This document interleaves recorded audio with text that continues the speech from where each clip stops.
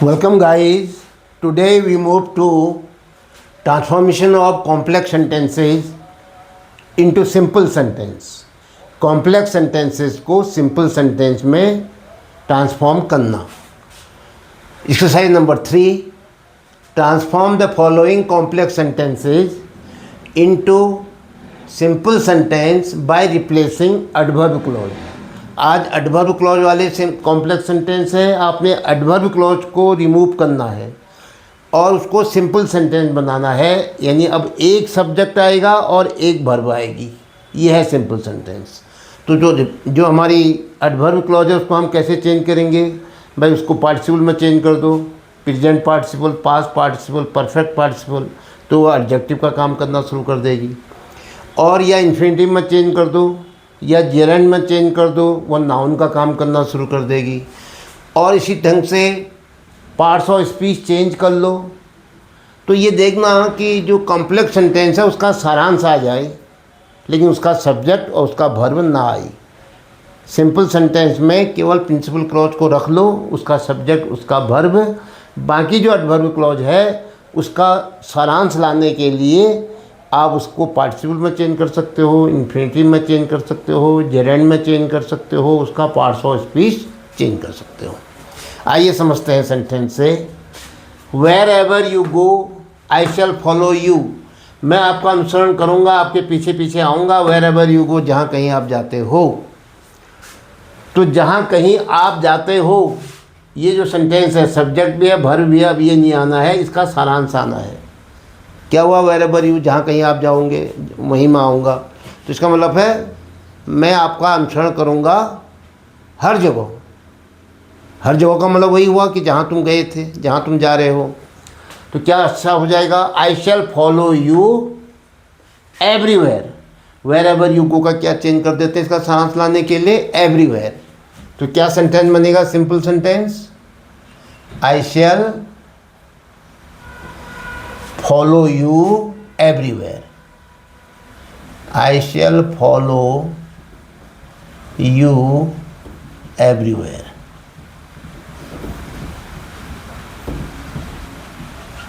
I shall follow you everywhere. मैं आपका हर जगह अनुसरण करूँगा, पीछा करूँगा. Number 2. The boys went where living was cheaper. लड़के चले गए जहाँ उनको अच्छा सस्ता लिविंग मिल सकती थी, सस्ता आवास मिल सकता था.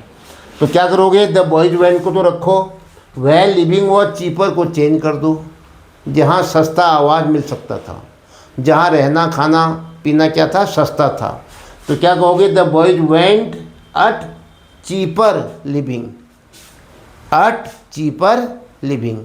तो चीपर लिविंग का मतलब अपेक्षा है कि तो सस्ती व्यवस्था में चले गए. तो क्या कहोगे? The boys went at cheaper living. क्या बन जाएगा? Simple sentence. केवल एक सब्जेक्ट रहेगा, एक वर्ब. प्रिंसिपल क्लॉज की सब्जेक्ट को रख दो, प्रिंसिपल क्लॉज का वर्ब रख दो, जो एडवर्ब क्लॉज है उसका सारांश लिख दो. तो क्या बना? द बॉयज वेंट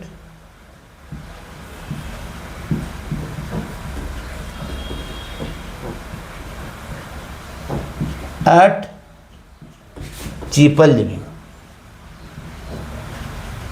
ये एक नाउन हो गया. इसका क्या कहेंगे? कॉम्प्लीमेंट भी कह सकते हो इसको आप. The boys went at cheaper living. या इसका क्या कह सकते हो? इसका कॉम्प्लीमेंट कह सकते हो. Next number 3. As he felt cold. क्योंकि उसे ठंड लग रही थी, क्योंकि उसने ठंड महसूस की. ही लीट ए फायर. उसने आग जलाई. तो क्या कहोगे? ही लीट अ फायर.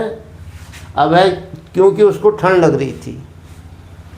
कोल्ड. क्या कहोगे? He felt cold. उसने ठंडा महसूस किया.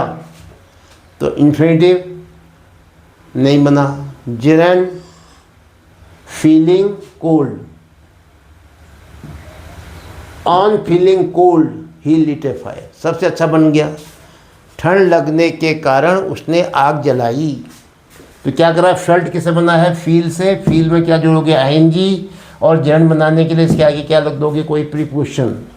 जैसे हमने ऑन लग दिया, ऑन फीलिंग, लीजिए, on feeling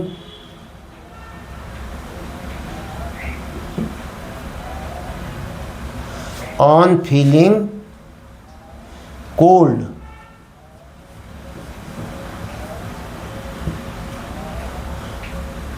he lit a fire.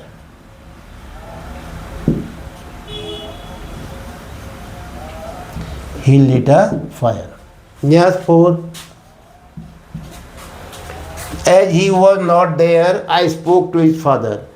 क्योंकि वो वहाँ नहीं था, मैं उसके पिताजी से कहा आया, मैंने उससे पिताजी से बोला। तो इसको तो रखो, I spoke to his father को, इसमें सब्जेक्ट भी है, वर्ब भी है। और as he was not there जो एक क्लॉज है, एडवर्ब क्लॉज, इसका सारांश ले लो, क्योंकि ये नहीं आएगा, ही भी नहीं आएगा, वॉज भी नहीं आएगा। तो क्या होगा, I spoke to his father at his absence, noun हो गया एब्सेंस, उसकी अनुपस्थित पर मैं उससे पिताजी से बोलाया, उसकी अनुपस्थित पर मैंने उसके पिताजी को बताया। तो I spoke to his father, ये तो रखना ही है आपने।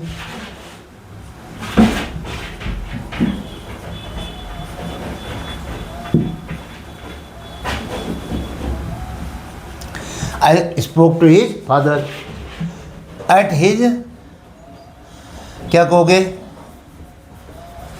एट हिज एब्सेंस, उसकी अनुपस्थिति पर, ABSENCE, at his absence, noun आ गया। Next, he stayed at home, वो घर पर ही रुका रहा, बिकॉज ही वॉज इल, क्योंकि वो बीमार था। तो बिकॉज ही वॉज इल को हमने चेंज करना है, तो इसको पार्टिसिपल बना दो, बीइंग इल, क्या कहोगे, ये was, is, am, are, was, were क्या कहलाती हैं, वर्ब टू बी। और इनका पार्टिसिपल कैसे बनता है, बी में आईएनजी जोड़कर, बीइंग इल, इनको छोड़ दो, ही और बिकॉज को। ही स्टेड एट होम, बुखार होने के कारण, बुखार होने से वो घर पर ही रुका रहा, बीइंग इल, बीमार होने से।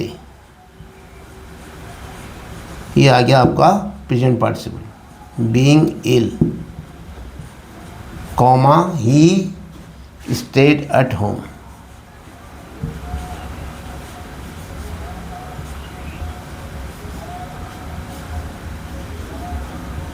एक तो ये बन गया। अगला, although he is poor he is very honest, यद्यपि वह बहुत गरीब है तो भी वह बहुत ईमानदार है। तो ही इज वेरी ऑनेस्ट क्या है, प्रिंसिपल क्लॉज है, इसको रखो।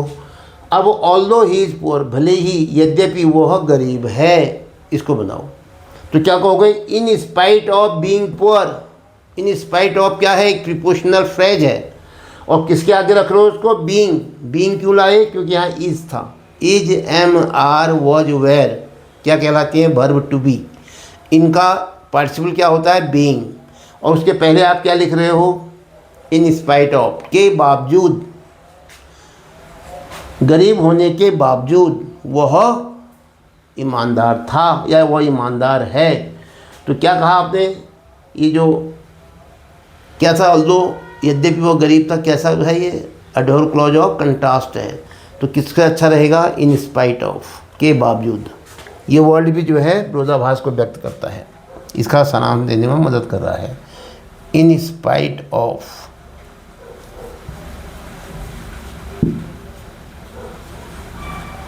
in spite of being poor, in spite of being poor, he is very honest.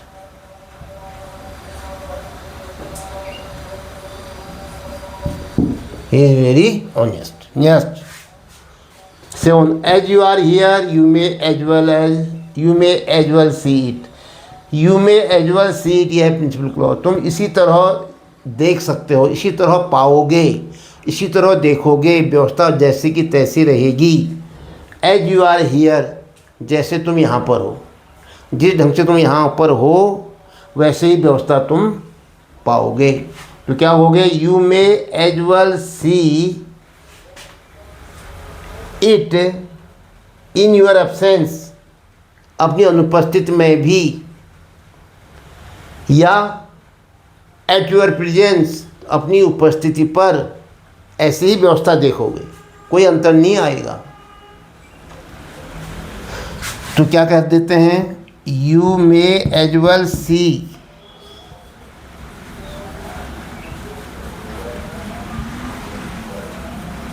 you may as well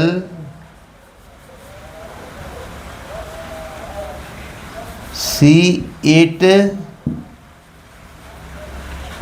in your presence, in your presence, अपनी उपस्थिति पर आप इसी प्रकार की व्यवस्था देखोगे। तो मैंने क्या करा, एज यू आर हियर को इन योर प्रेजेंस में चेंज कर दिया, नाउन में चेंज कर दिया। उसके आगे ये जो एडवर्ब या कंजक्शन या जो भी है, कंजक्शन तो नहीं है, ये प्रीपोजिशन वगैरह लगा दिया। तो अब आप समझ गए होंगे, ये प्रीपोजिशनल फ्रेज लगाने से एडवर्ब क्लॉज हट गई, उसका सारांश आ गया, प्रिंसिपल क्लॉज को रख दिया। तो इस प्रकार से ये वाक्य सिंपल सेंटेंस बना। आपको ये ब्लॉग कैसा लगा, आप देख रहे हो कि आपकी समझ में आ रहा होगा। तो ध्यान से देखिए, पढ़िए, एडवर्ब क्लॉज हटा करके सिंपल सेंटेंस बनाना। यदि आपको वीडियो अच्छी लगती है तो उसे लाइक करें, अपने दोस्तों को शेयर करें और चैनल को सब्सक्राइब करना ना भूलें। इसके साथ ही ये वीडियो समाप्त होता है। जय हिंद।